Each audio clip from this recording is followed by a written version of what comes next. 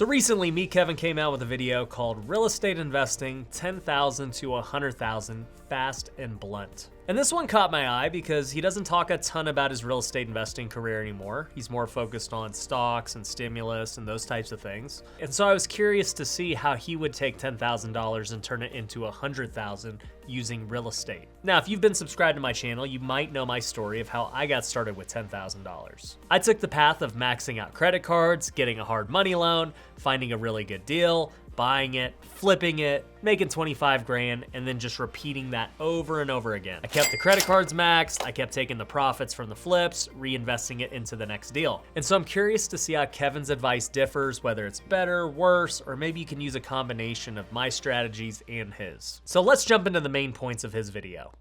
Can you get $10,000 and turn that into $100,000? So scale this for your area.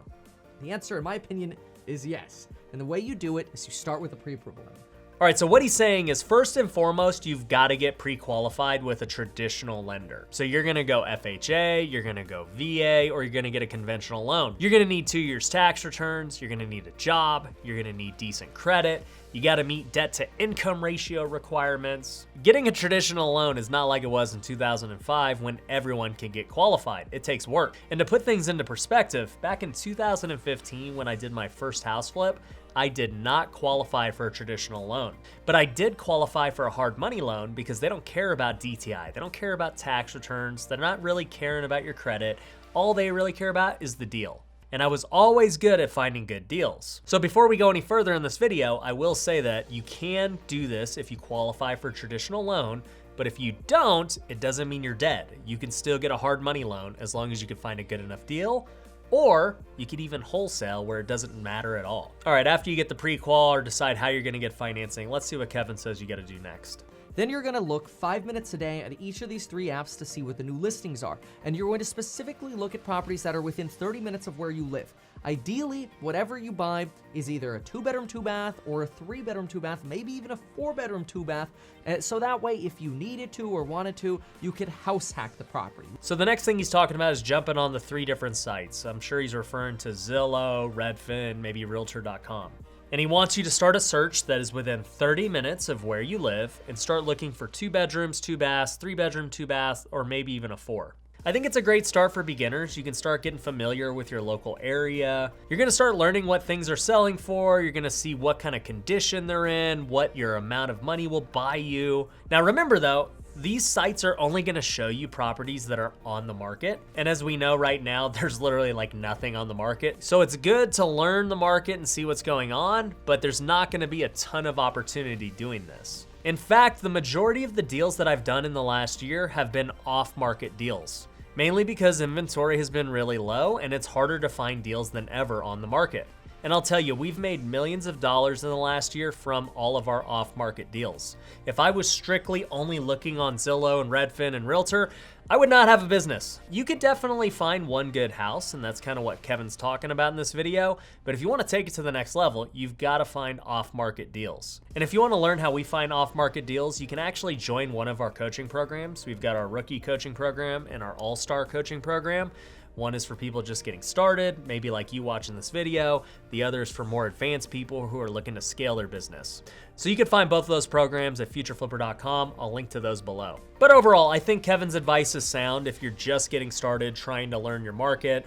I also think it's good advice that you're gonna do a 2-bedroom, 2-bath, or a 3-bedroom, 2-bath. These are the most common types of houses. They're the ones that are the easiest to sell. And like he mentions, it's a great house for house hacking. I've done videos on house hacking before. It's actually how I got started when I bought my very first property when I was 22 years old.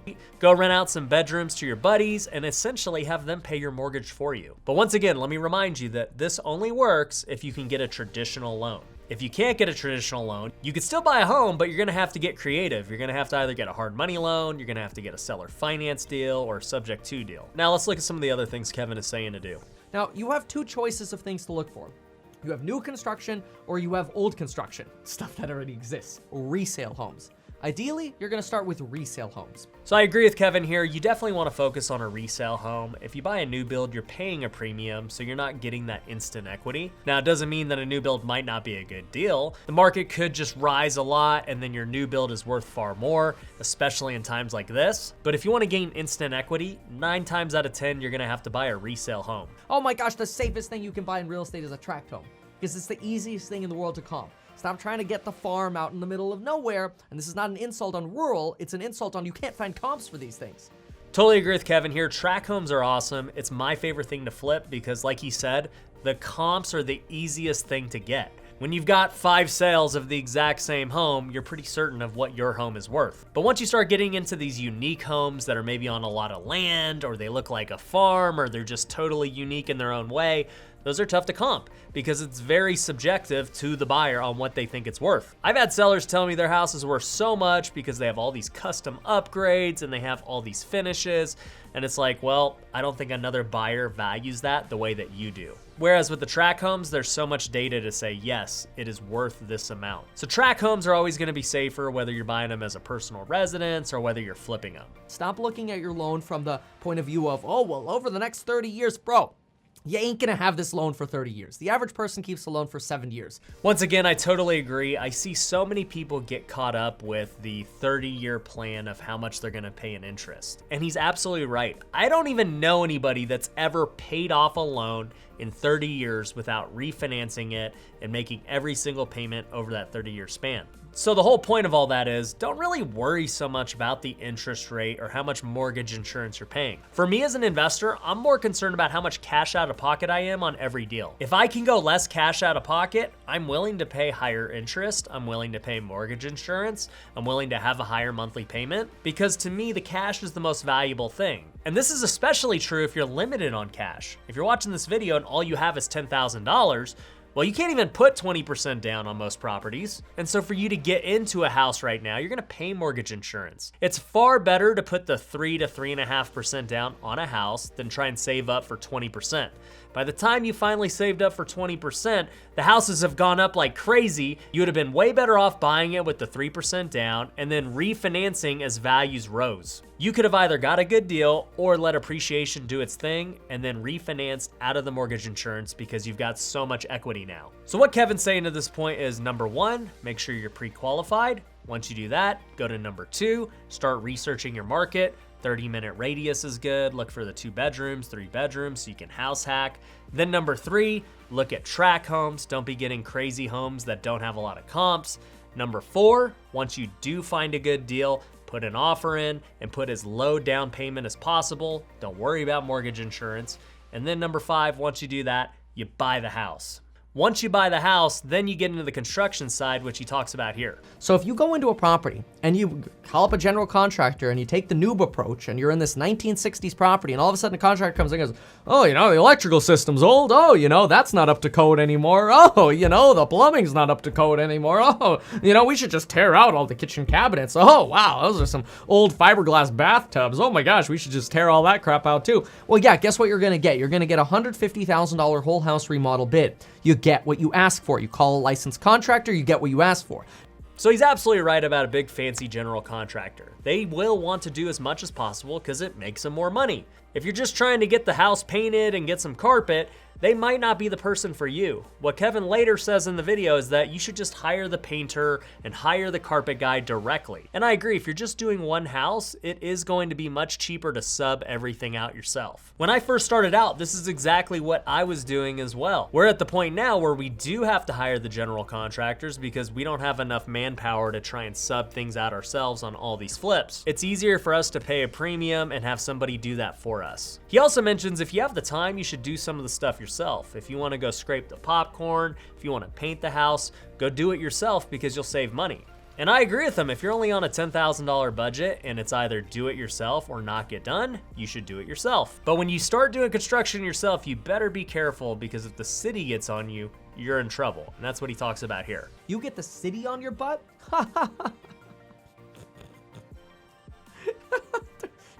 You do not want the city on your butt, okay? Anything that requires planning, you run away from. Yeah, the city ain't no joke. Anytime you get flagged for anything, your budget just went up tremendously. Your timeline just went up tremendously. You're gonna get your headaches up tremendously. I absolutely hate dealing with the city, so try to avoid it at all cost.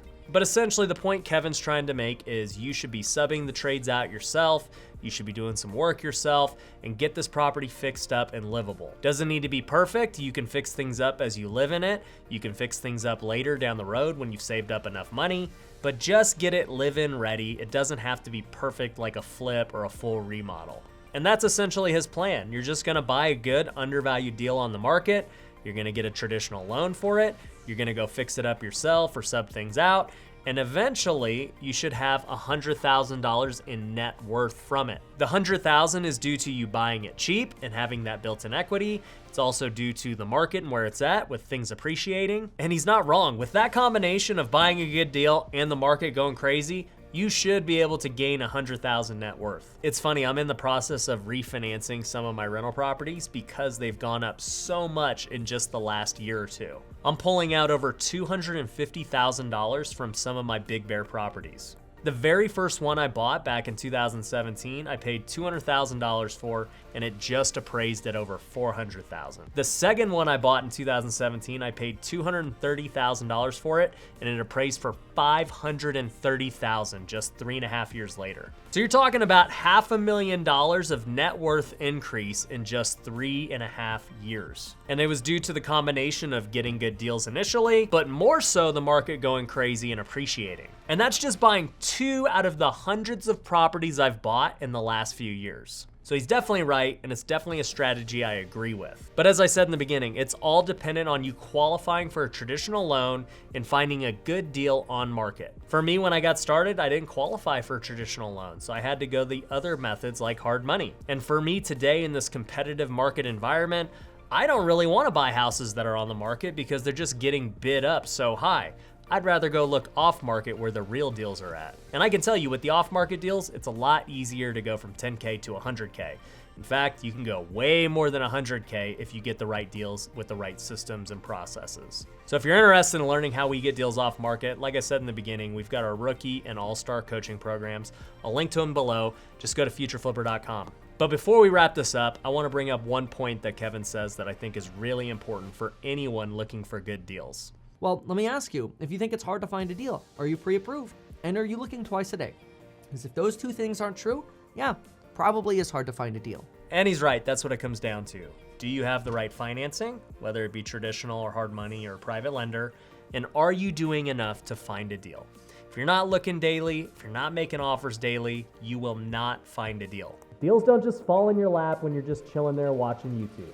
You can watch all of my YouTube videos and they will not help you one bit if you don't take action and actively look for deals. Nobody said real estate's easy, but if you put in the work and you do the right things, you can make a lot of money and change your life. So hopefully by watching this video, it encourages you to become that next person to go from 10K to 100K, eventually to $1 million. I've done it, Kevin's done it, hopefully you're next.